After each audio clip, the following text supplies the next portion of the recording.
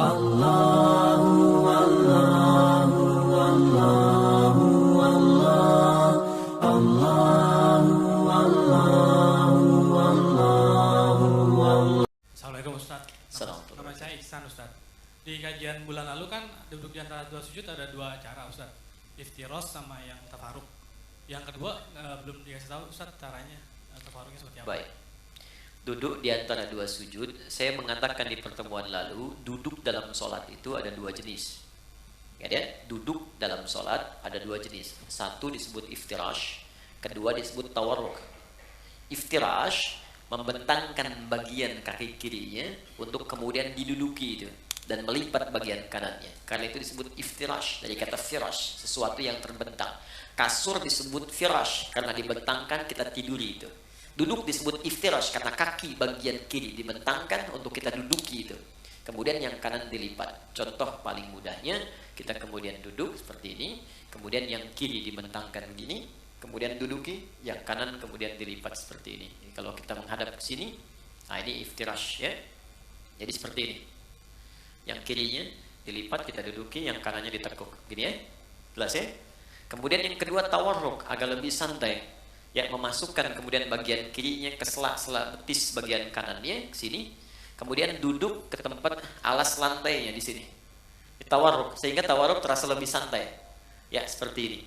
Jadi ini yang dilipat kemudian ke kiri, yang kanannya ini kemudian ditekuk bagian jari-jarinya. Jadi kalau saya buka, mohon maaf sekali sebesar-besarnya. Bismillah. Ini saya buka, jadi jemarinya seperti ini, dilipat ya. Ya, ini yang dilipat, ini tidak pakai ya, lipat. Nah, ini yang kiri dimasukkan, dilipat, diduduk seperti ini. Dia agak lebih santai. Nah, ini ada sejarah. Dia ada kisah kapan Nabi kemudian tawarruk, karena di awal-awal masa, saya mau izin kenakan kaos kaki dulu ya, sehingga nanti ada orang potong video itu Ustaz aneh katanya kan. Yang kanan pakai kaos kaki, yang kiri tidak. Ini sekarang masanya agak repot nih. Oke. Jadi ada nanti kisahnya. Jadi kenapa Nabi asalnya iftirash terus? Iftirash bahkan di tahiyat. Makanya nanti di beberapa mazhab termasuk Maliki, nanti saat tahiyat, baik tahiyat pertama ataupun yang terakhir, semua duduknya iftirash, kayak yang tegak. Nah, tapi nanti di akhir-akhir masa beliau hidup, itu kemudian beliau tawarruk pada bagian keduanya. Ya, makanya ada perdebatan yang sangat menarik di dalam fikih Maliki dengan Syafi'i. Ya, ketika kemudian Imam Malik ditanya, kenapa anda kemudian tawarruk, tidak tawarruk tapi iftirash dua-duanya? Kata Imam Malik, karena saya mengikuti Nabi di awal masa sholat itu, beliau kemudian duduknya iftirash semua.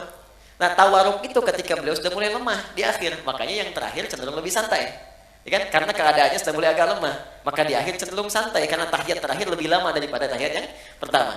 Tapi jawaban Imam Syafi'i pun sangat bagus. Kata Imam Syafi'i, kita kan diperintahkan mengikuti Nabi. Ya kan? Jadi kalau Nabi tawarruk, kita ikut tawarruk. Nabi iftirash, kita ikut iftirash. Kalaulah logikanya Nabi kemudian sudah lebih sepuh sehingga kemudian lebih nyaman tawarruk, kenapa dua-duanya tidak tawarruk? Tapi satu iftirash, satu tawarruk. Karena itu Imam Syafi'i lebih memilih untuk yang satu iftirash tahiyat pertama, yang kedua kemudian tawarruk. Imam Malik mempertahankan iftirashnya. Dua-duanya benar, yang salah yang sambil baringan gitu ya. Baik. Jadi jangan berdebat pada dalil yang memudahkan. Adapun duduk di antara dua sujud, ya, maka duduknya iftirash, bukan tawarruk. Iftirash. Jadi ingat, hanya ada dua duduk dalam salat, iftirash dan tawarruk. Iftirash dan tawarruk keduanya bisa dipakai dalam tahiyat, tapi di antara dua sujud hanya iftirash saja, bukan tawarruk. Kecuali pada kondisi kaki yang bermasalah sehingga tidak bisa iftirash, maka silahkan, jangankan tawarruk, kaki maju ke depan pun satu itu boleh. Ya, jadi jangan marah ya, teman-teman di Mekah misalnya kan. Ada sholat tiba-tiba orang Arab kakinya begini satu saat tawarruk, ya kan? Nah, ini tandanya sedang ada masalah di kakinya. Gak sopan nih sama Allah. Bukan begitu. Dia sedang ada masalah. Ya, jadi silahkan mau begini silahkan, mau gini silahkan. Kalau sedang memang ada kesulitan. Ya, kaidah fikihnya apa? Ad-daruratu tubihul mahdzurat. Dalam kondisi yang darurat maka yang terlarang menjadi dibolehkan untuk sementara. Ingat ya, larangan yang dibolehkan itu sifatnya bukan permanen, tapi sementara. Ya, contoh, ini sering saya sampaikan. Anda pergi ke hutan, kemudian di hutan sulit menemukan makanan halal, yang ada cuma babi. Kalau tak makan itu, maka bisa melemahkan fisik, bisa wafat. Maka dalam kondisi itu boleh makan daging babi. Ya, dapatkan, sembelih, ambil, masak, makan. Tapi tidak untuk dinikmati. Hanya untuk menutup lapar.